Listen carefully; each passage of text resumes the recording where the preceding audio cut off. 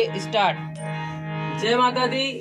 हम बने आप सबके बेटा भाई भतीजा भोजपुरी गायक विशाल गगन। और आज बड़ा ही सौभाग्य के बात बा कि श्री अंजनी सिंह चाचा जी के घरे जो उनकी नया स्टूडियो भी बनल बा और हमने के उपस्थित भइल बानी जा। तो यहाँ के बानी अंजनी सिंह चाचा जी और साथ में हरिंदर भाई जी और थोड़ा सा मुस्कुराए थे बीच में नीरज जी और आदरणीय बुचुल चाचा जी उपस्थित है। बड़ी दिनों के बाद मिल रहे हैं। ये पता नहीं कब से क्लारनेट बजा रहे हैं, समझ में नहीं आता और आज तक बूढ़े नहीं हुए। और साथ में मेरा परम मित्र अंदीप बाबू और शिवाजी हैं, बंटी जी मोबाइल रिकॉर्ड कर रहे हैं। सबको दिल से प्रणाम बा, गोड़ लागत नहीं। एगो होली में गाना गोल रहे विशाल गगन ऑफिशियल चैनल से।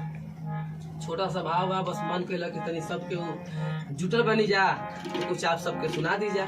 जैसे कि जहाँ तक हमार नजर जाला तहाँ तक भोजपुरी संगीत में आज तक ना ऐसा तबला वादक, ना ऐसा ढोलक वादक हम देखनी, ना क्लारनेट वादक ऐसा देखनी, ना हारमोनियम वादक, ना बैंजो वादक हम देखनी। सौभाग्य बा ना है ना कीबोर्ड मास्टर देखनी। मजाक कर दे, लेकिन भाव है फगुनी बयार बहे देह लसियाता जनता जवानी जैसे कुछ ना बुझाता। रंगी अंग अंग जियारा जुड़ा जईता, रंगी अंग अंग जियारा जुड़ा जईता। ए परम जी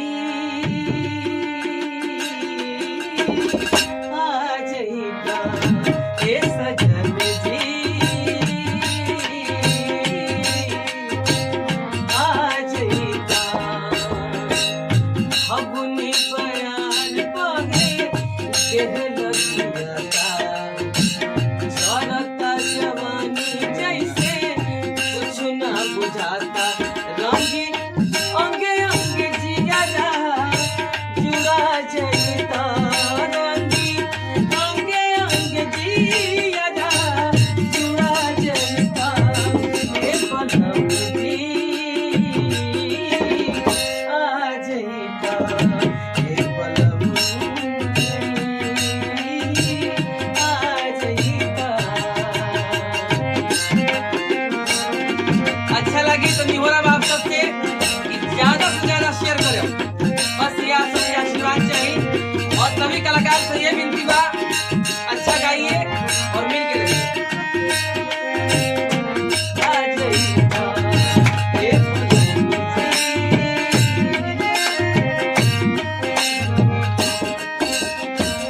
फागुनों में पूछला ना हमरो तुहार के कैसन गइला पिया दुविधा में डाल के।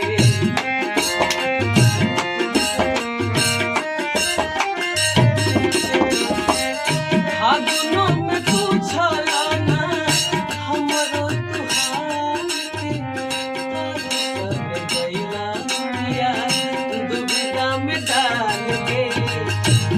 रंगी अंगे अंगे जियारा जुड़ा जईता, रंगी अंगे अंगे जियारा जुड़ा जईता। ए सजन जी